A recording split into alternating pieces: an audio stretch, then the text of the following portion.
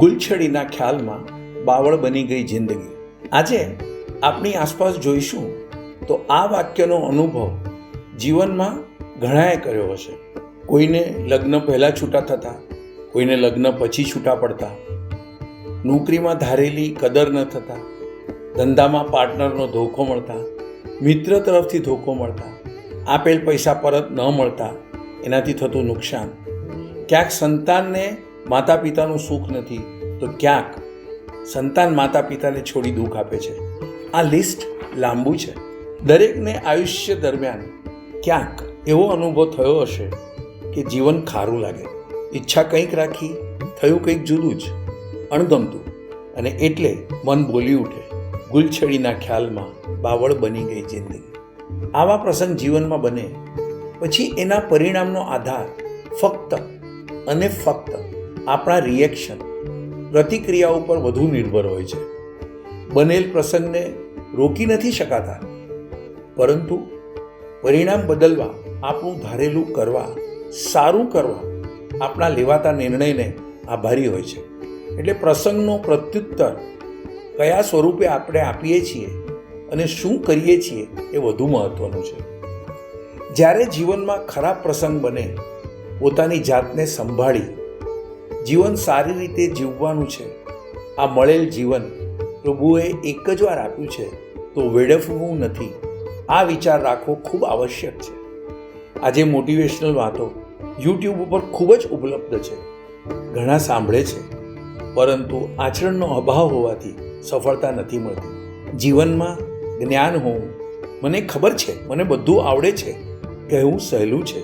એ રીતે જીવવું, કરવું અને આચરવું ખૂબ જ અઘરું છે.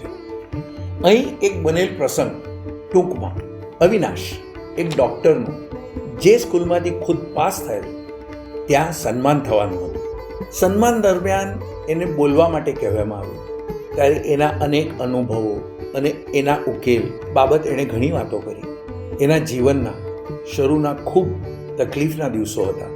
ત્યારથી આજે એક સફળ ડૉક્ટર થયો. એ યાત્રા રોચક અને સાચી હોવાથી બધા સામે બેઠેલ શિક્ષકો અને વિદ્યાર્થીઓને ગમી. છેલ્લે જે બોલ્યો એ વાત કહેતા અવિનાશ ગળગળો થઈ ગયો. અને પછી સામે પ્રથમ હરોળમાં બેઠેલ એના સમયના શિક્ષક કનુભાઈ શાહ, જે હાલ નિવૃત્ત હતા, એને સ્ટેજ પર બોલાવ્યા. પગે લાગી એક રાખી મૂકેલ ખુરશી ઉપર બેસાડ્યા અને પછી બોલ્યો, હું 10મીમાં હતો, ભણવામાં હોશિયાર, પણ ખૂબ ચંચળ, તોફાની અને નટખટ. એકવાર કનુભાઈએ મને બોલાવ્યો. આજે પણ એ દિવસ મને યાદ છે. મારો કાન પકડ્યો અને બોલેલ, જીવનમાં હવે હું જે કહું છું એ વાત સફળ થવું હોય તો ખાસ યાદ રાખજે. તું હોશિયાર છો, તારા મા બાપનો એકનો એક છો, એટલે સ્વાભાવિક તારામાં ખૂબ અપેક્ષા હોય. એટલે વાત એક, આવનાર 4 વર્ષ જો તું મહેનત કરી સારા માર્કે પાસ થઈશ તો તું આયુષ્યભર આનંદ કરી શકીશ એવું કમાઈશ. અને આ 4 વર્ષ આનંદ કરીશ તો આયુષ્યભર મજૂરી અને મહેનત કરવી પડે એવું બની શકે. અને તો નવાઈ નહીં. પૈસા કદાચ મળી જશે, પણ વીતેલો અને ગુમાવેલો સમય કદાપી પાછો નહીં મળે. જે સમયની કિંમત નથી કરતા એને સમય પસ્તાવો અવશ્ય આપી જાય છે. હાલ સુધરી જા, તોફાન બંધ કર, તારી આવનાર જિંદગી માટે સભાન થા. તું બદલાઈશ તો આસાન રહેશે. સમય મજબૂરી કરશે અને જે કરાવશે એ તકલીફદાયક હશે. સમયની શિખામણ આપવાની રીત બહુ તકલીફ, યાતના અને દુઃખ આપનાર સાબિત થતી હોય છે. તું ધારીશ તો ખૂબ સફળ થઈશ. સવાલ તારા ધારવાનો અને એ તરફ પ્રયાણ કરવાનો છે.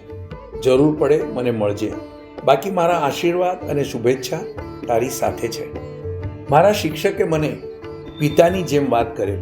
એમના બોલવામાં ગુસ્સો નહીં, લાગણી હતી, જે મને સ્પર્શી ગઈ. એમનું બોલવું, 4 વર્ષ રમી ખાઈ તો જીવનભર મહેનત કરવી પડશે, અને સમય જો શીખવાડશે તો મોંઘું પડશે. આ 2 વાક્ય જીવનમાં ઉતાર્યા અને ડૉક્ટર થવાનું, અને એ પણ વધુમાં વધુ માર્કથી મેં નક્કી કર્યું. એ 4 વર્ષ કોઈ પ્રસંગોમાં પણ ન જતો, ધ્યાન ભટકવા ન દેતો અને એકાગ્રતા રાખતો. એનું આ પરિણામ છે.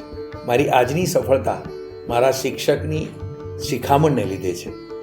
પછી માઇક કનુભાઈએ હાથમાં લીધું અને બોલ્યા, મારી આ શિખામણ તો આયુષ્યમાં મેં ઘણાને આપી, પણ તે મારી વાત ધ્યાનમાં લઈ જીવનમાં ઉતારી મહત્વ મળેલ શિખામણને માની એ વાતનો અમલ કરવામાં છે.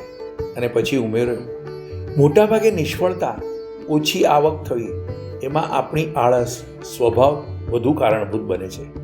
જે છે એમાં જ ચલાવી લઈ વધુ સારા જીવન પ્રત્યે જવાની મહેનત કરવાની તૈયારી નથી. આજે દુઃખ એક વાતનું છે, યુવાનો કામ કરતાં મોબાઈલને રવાડે વધુ ચડ્યા છે. એક વડીલ તરીકે આવનાર પેઢી માટે ચિંતા થાય છે. આ મોબાઈલ આજે આનંદ માટે વપરાય છે, ઉપયોગ માટે ઓછો, પરંતુ વધુ વપરાશ નિરાશ અને ડિપ્રેશનથી પીડિત પેઢીને જન્મ ન આપે તો સારું. સાનિધ્ય ચેનલમાં અગાઉ રજૂ થયેલ ભજનો, વાર્તાઓ, મોટિવેશનલ વાતોની લિંક ડિસ્ક્રિપ્શન બોક્સમાં આપેલ છે, જે પ્રેસ કરી આપ અવશ્ય માણી શકશો.